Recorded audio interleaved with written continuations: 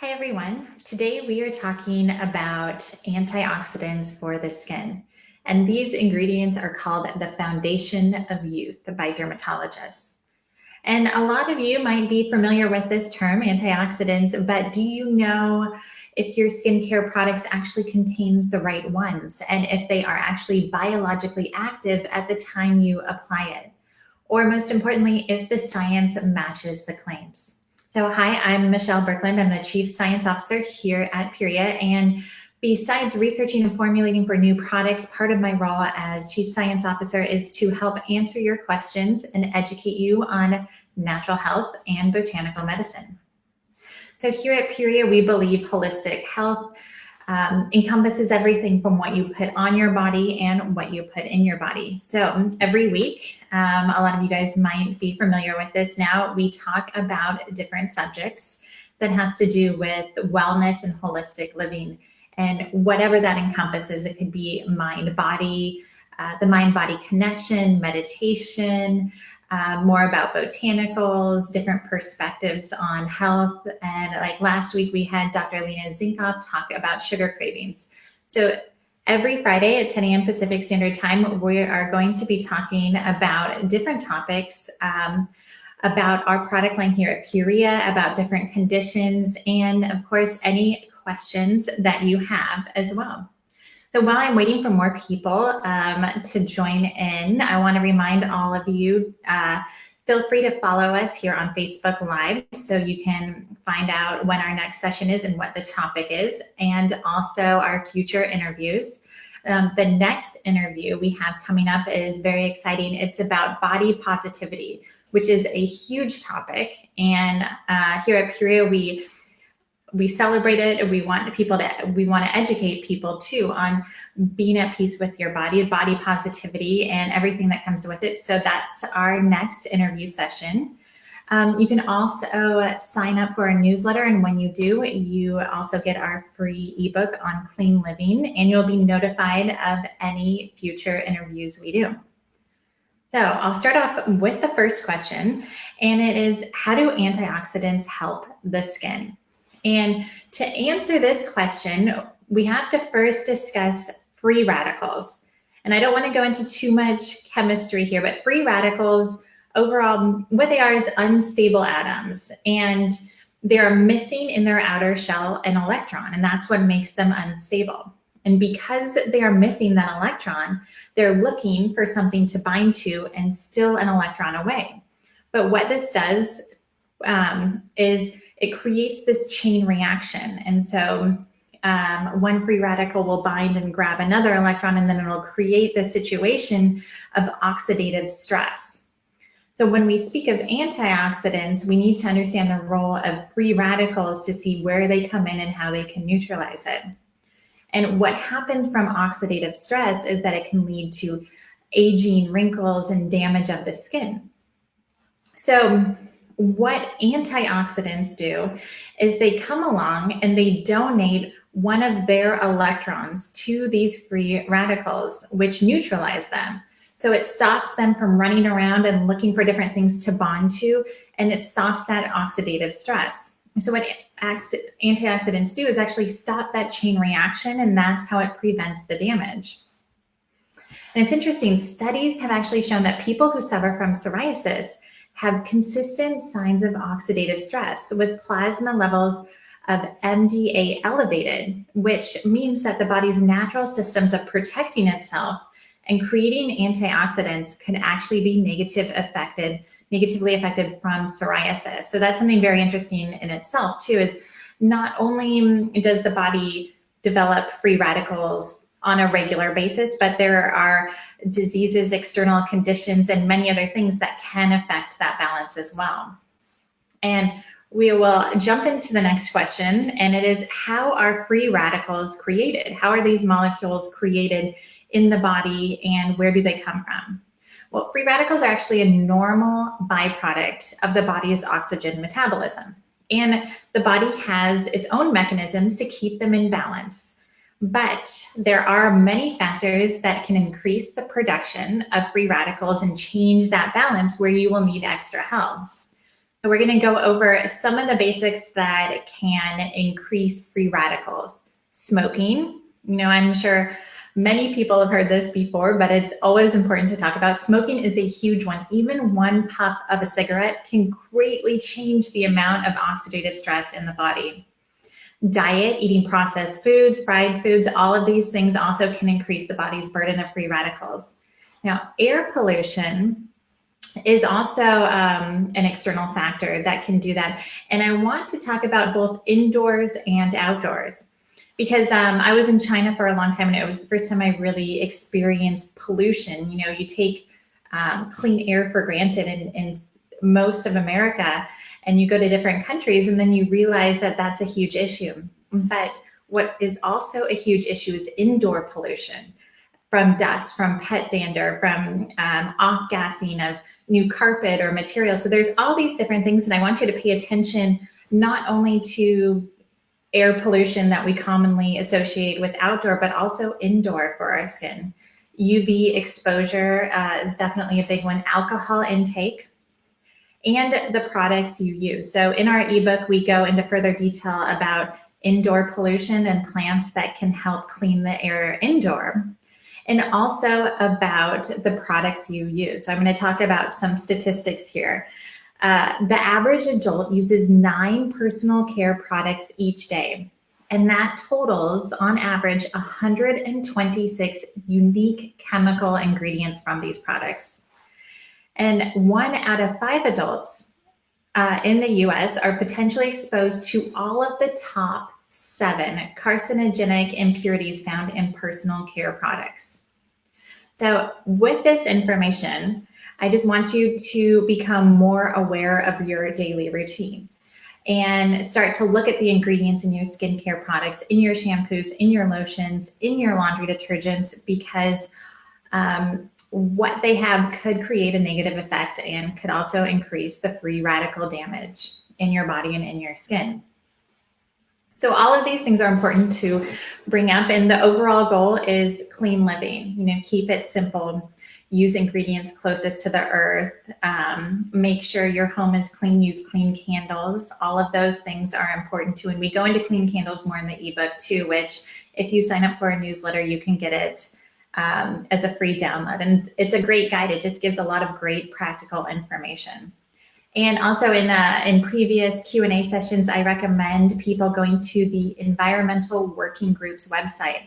And what that is it's an amazing place that has so many different skincare products and other products that you can actually look up, and it can help educate you on what is in your products.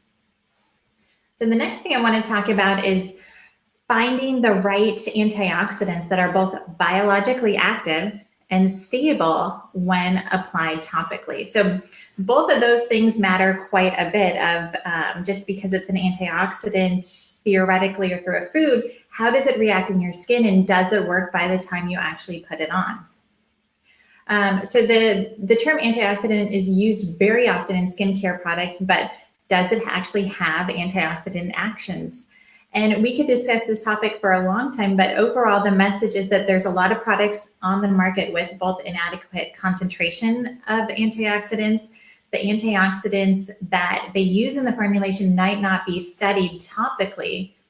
And something I really want to talk about is the packaging of the skincare product, because if it's not opaque, if it's not dark in color, it can actually degrade the ingredients before application. So we're going into detail about that part in a little bit as well.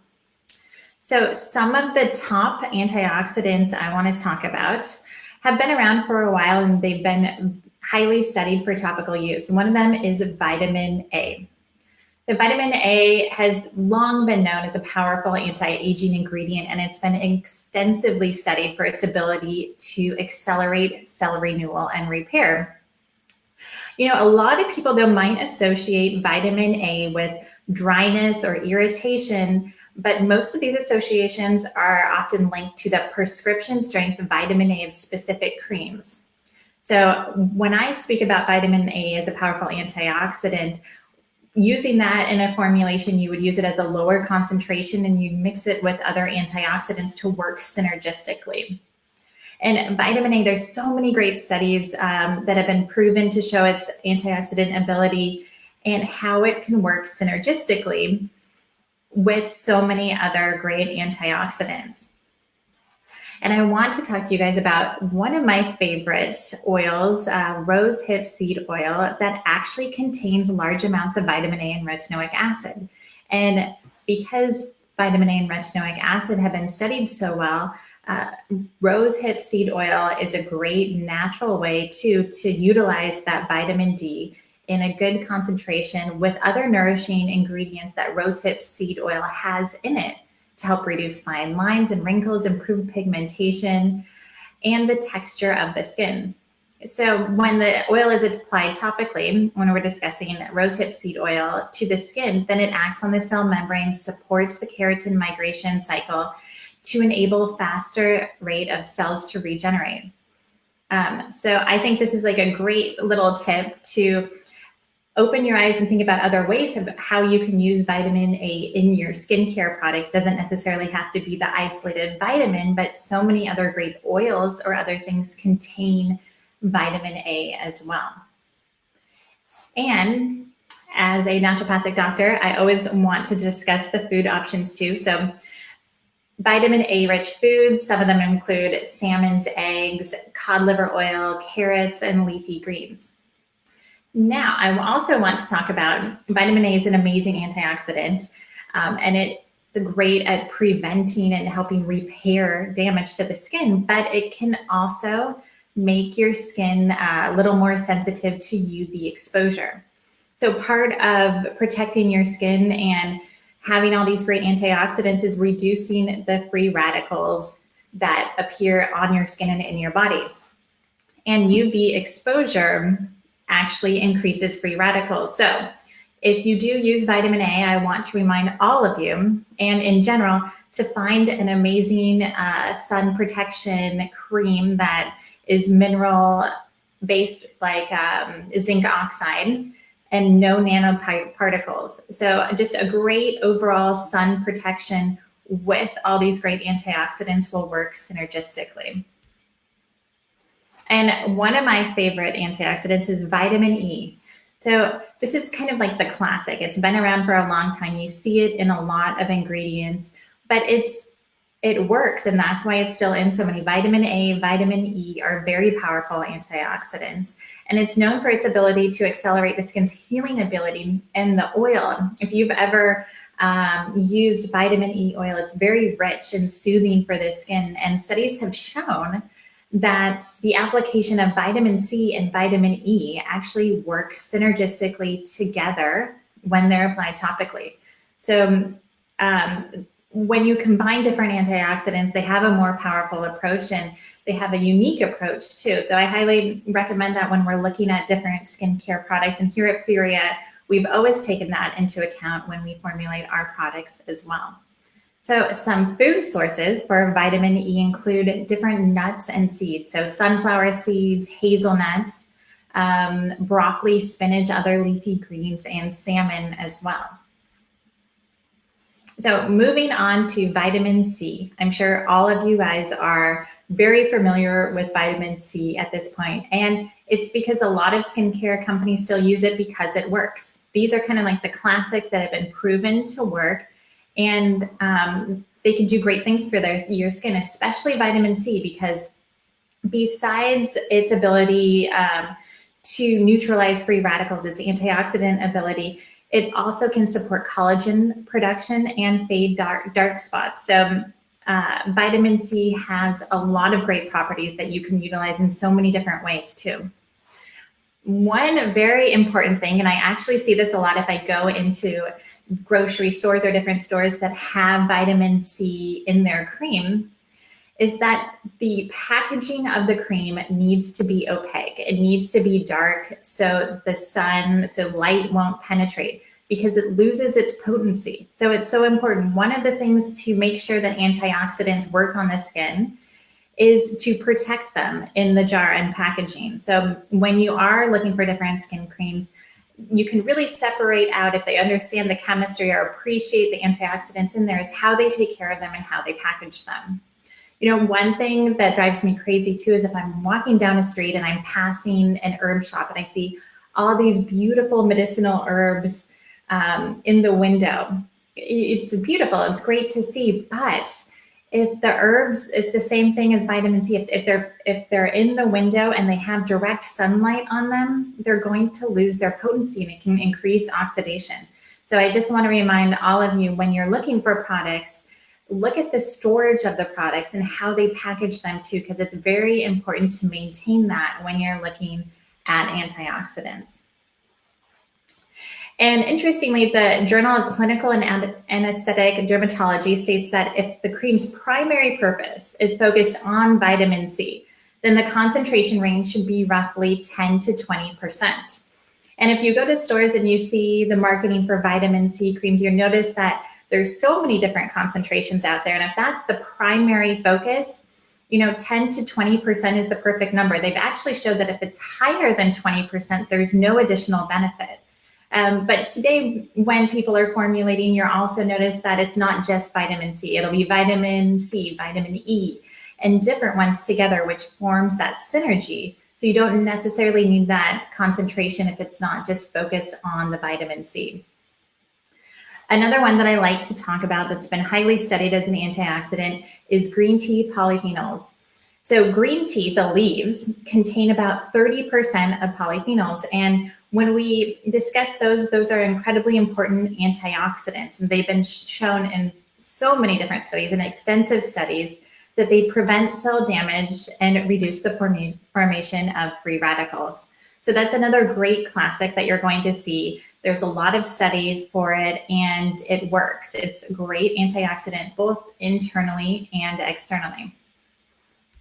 And of course, when you drink green tea, there's so many other health benefits too. So as a naturopathic doctor, I'm going to talk about not only topically, but how it is orally as well. And what I always like about green tea, especially if I'm trying to tell patients to choose something else other than coffee, is that green tea contains caffeine, but it also contains something called theanine. So when you drink it, you feel energized, you feel awake, but the theanine component in it actually helps relax you at the same time and reduce that anxiety. So green tea is an excellent alternative, especially for coffee and other drinks, because it helps energize you and balance you at the same time. And that is the beauty of botanical medicine and how the whole plant works together to balance your body when you have all elements. Most of you might not have actually heard of white tea though, and I want to discuss this too. So green tea is a powerful polyphenol. It has a huge amount of antioxidants, and white tea is also a great source of antioxidants. It comes from the same plant as green tea, but the leaves and the buds are actually picked before they open, and they're covered with these little fine white hairs, and that's where it gets its name. So white tea is the least processed form of the tea. And from the same plant, you get white tea, green tea, and black tea. But what I like about white tea particularly is its high amount of antioxidants, and it's a very gentle, subtle taste too. So a lot of products also use polyphenols from white tea as well as green tea, but it all comes from the same plant. It just has to do with processing. So I want to remind all of you too, all these great antioxidants, they do amazing things. They neutralize those free radicals, and we want them to do that. But at the same time, I want to remind all of you to help protect your skin from UV exposure too, to also decrease those free radicals in other ways as well. Now, there's a lot of great ways you can also increase antioxidants in your diet. And that's an entirely other topic, because we can go incredibly deep on all the fruits, all the vegetables, so many great things that are high in antioxidants. And when you eat antioxidants, it's not just focused on the skin, it's focused on your whole body. So it's more of a systemic approach to having lots of different effects and lots of different, when you neutralize free radicals on a systemic level.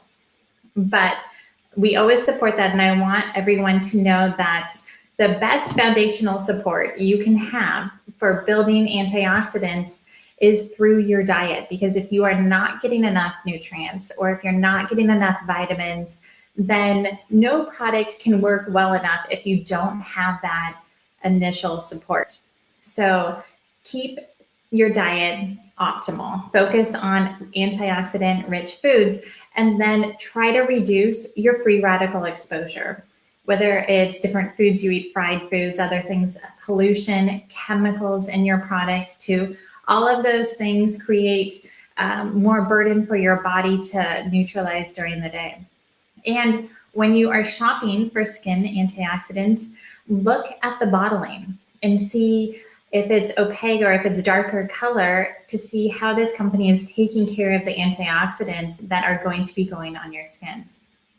And so just a reminder that all the great skin antioxidants, some of the most studied ones include vitamin C, vitamin E, and green tea extract as well. So I hope all of you have an amazing weekend, and I will see you next week, and we'll be discussing another topic. So have an amazing week and take care.